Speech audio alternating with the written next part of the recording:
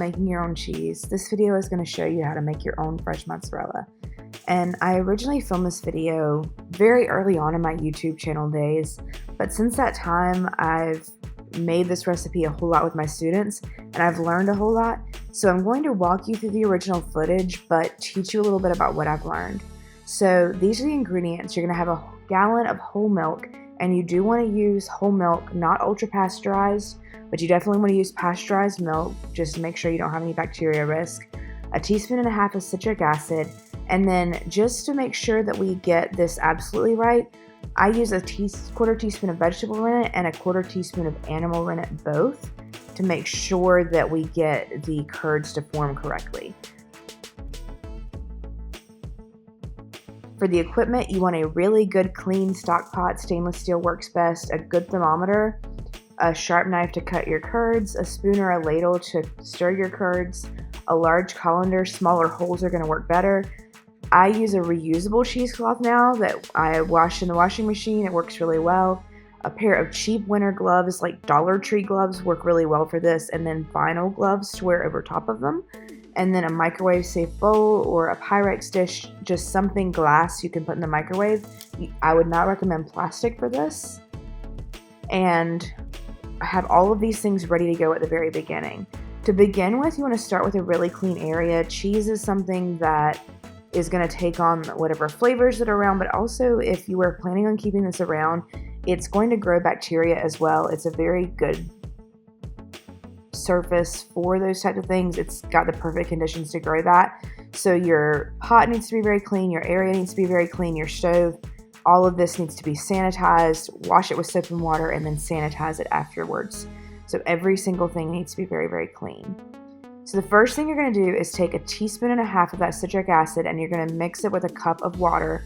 That water needs to be filtered or bottled. It should not be chlorinated water. So if you are getting water out of the faucet, it needs to be filtered first.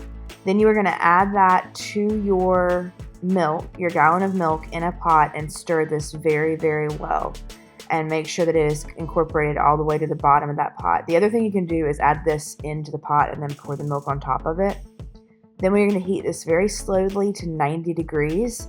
And you want to check your temperature often. I usually just leave the thermometer in there because I have one that has a little probe on it. But you want to check your temperature in many places. We are not stirring at this stage, but we are checking your temperature across the pot because sometimes you'll have hot spots and stuff. And we want to make sure that we are not just checking the hottest place of the pot or the coldest spot. Use medium heat because milk burns very easily. It does have a lot of sugar in it. That's what lactose is. And so we don't want that to stick. You are going to then mix those two types. Once it gets to the 90 degrees, we're going to mix those two types of rennet, the animal and the vegetable rennet, with a 1/4 cup of cool filtered water. Once again, you don't want chlorine in there because that is going to denature those enzymes.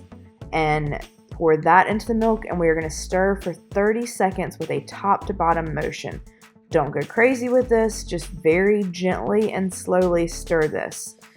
And then after you stir this, you're going to let it sit for 5 minutes. Don't touch it, walk away. You can put a lid on the pot if you want to, but you can already see that we are starting to get some curdling going on there. You're starting to see some separation between the water that is in the milk and the milk solids.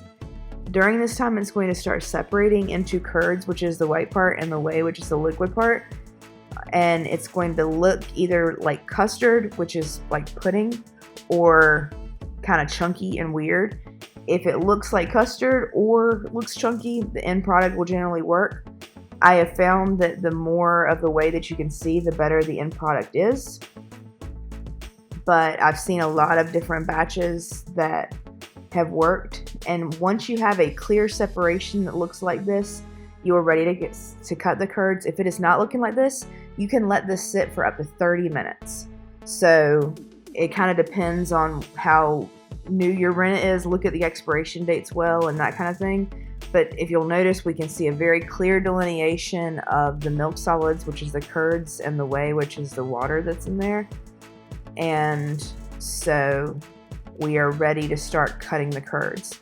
And in order to cut the curds, we're going to cut these in a crisscross pattern, and you kind of have to chase them around the pot because they are in a liquid, but you're just going to cut them in a crisscross pattern. This is to break them up. so they're a little bit easy to separate. And after we do that, you're going to hit that subscribe button because we are trying to hit that 1,000 subscriber mark.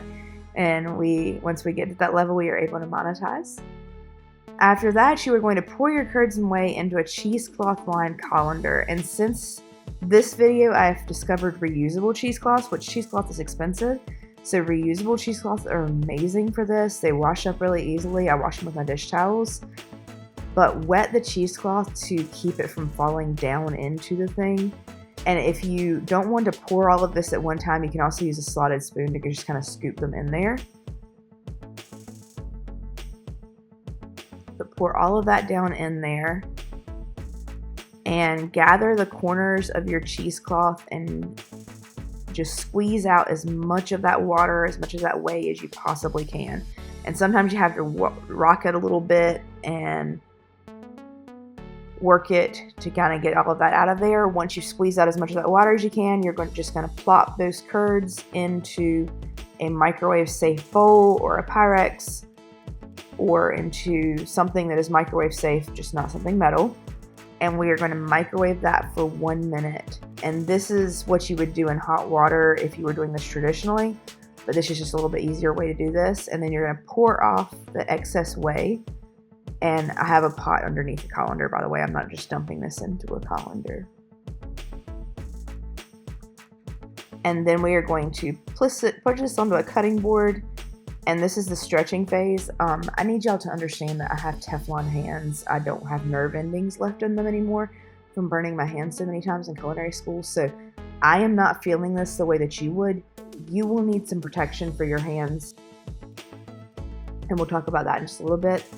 But just to give you guys a little bit of a history, mozzarella is known as a pasta fiata cheese. This means spun paste. So that is the little filaments that are in there. And what that means is that you will see the filaments that are forming as we are pulling this cheese. Some other examples you might know of are burrata cheese, provolone, and Oaxaca cheese. So there are examples throughout a lot of different cultures that you will see. But as we are pulling and twisting this, you will see strands start to form. String cheese is another example of this. And so it is a very, very clear example.